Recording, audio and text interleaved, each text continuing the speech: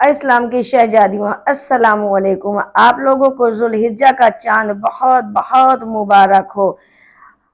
میں اس وقت ذوالحجہ کے قربانی کے بارے میں کچھ عرض کرنا چاہتی ہوں، لہذا بغور سماعت فرمائیے کہ خداوند قدوس نے اپنے حبیب محمد رسول اللہ صلی اللہ علیہ وآلہ وسلم کو اس قربانی کے بارے میں حکم دیا کہ فَصَلِّ لِرَبِّكَ وَانْحَرْ، یعنی اے محبوب آپ اپنے رب کے لیے نماز قائم کریے اور قربانی کیجئے۔ تو یاد رکھیے گا کہ قربانی کے متعلق میرے نبی اکرم صلی اللہ علیہ وسلم کا ارشاد ہے کہ قربانی کے دنوں میں ابن آدم کا کوئی عمل خدا کے نزدیک قربانی سے زیادہ پیارا نہیں ہے، اور قربانی کا جانور قیامت کے دن اپنے سینگ اور بال اور کھروں کے ساتھ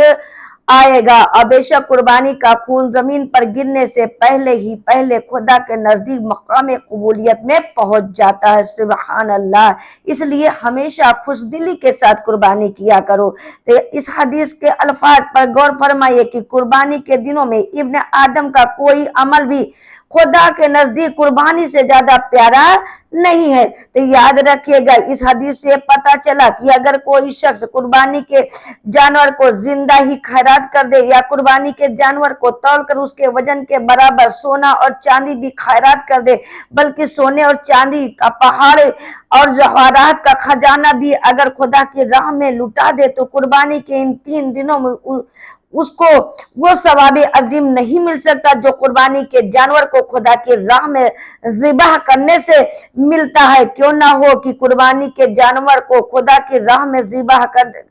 کرنے سے حضرت ابراہیم خلیل اللہ کی تاریخی اور قربانی کی انمول یادگار جو ایمان افروز مظاہرہ ہوتا ہے، اور مومن کے دل و دماغ میں جو اشعار قربانی کا آفتاب و مہتاب طلوع ہوتا ہے، وہ بلا سونے اور چاندی کا پہاڑ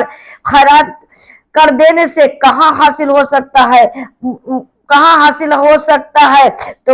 مسلمانوں اس اصول کو یاد رکھو، اور عبادت در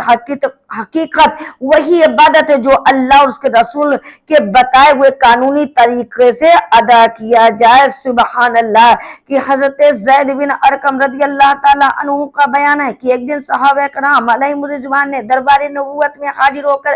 عرض کیا یعنی یا رسول اللہ ان قربانیوں کی حقیقت کیا ہے؟ تو ارشاد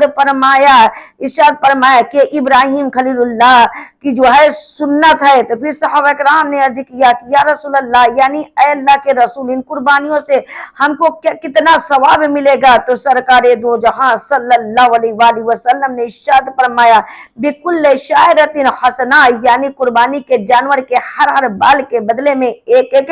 نیکی ملے گی۔ سبحان اللہ سبحان اللہ۔ تو اسلام کی شہزادیوں، قربانی خلیل اللہ ابراہیم خلیل اللہ کی ایمان افروز عبرت ابوج واقعہ در حقیقت قیامت تک آنے والی مسلمان نسلوں کے لیے بہت بڑی ہدایت کا سامان ہے۔ عید الاضحیٰ کی قربانی اس واقعہ کے مقدس یادگار ہے، اسی لیے سرکار دو عالم صلی اللہ علیہ وسلم نے اس قربانی کے بارے میں ارشاد فرمایا کہ یعنی یہ قربانی حضرت ابراہیم خلیل اللہ کی سنت ہے، ان کے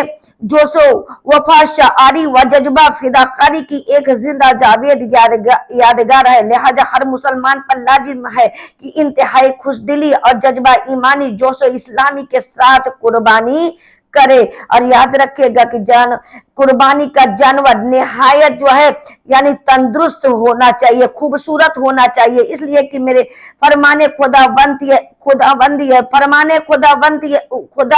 ہے کہ لن تنالوا البر حتی تنفقوا مما تحبون، یعنی تم ہرگز اس وقت تک نیکی نہیں پا سکتے جب تک کہ خدا کے راہ میں اپنی محبوب ترین چیزوں کو خرچ نہ کرو۔ اور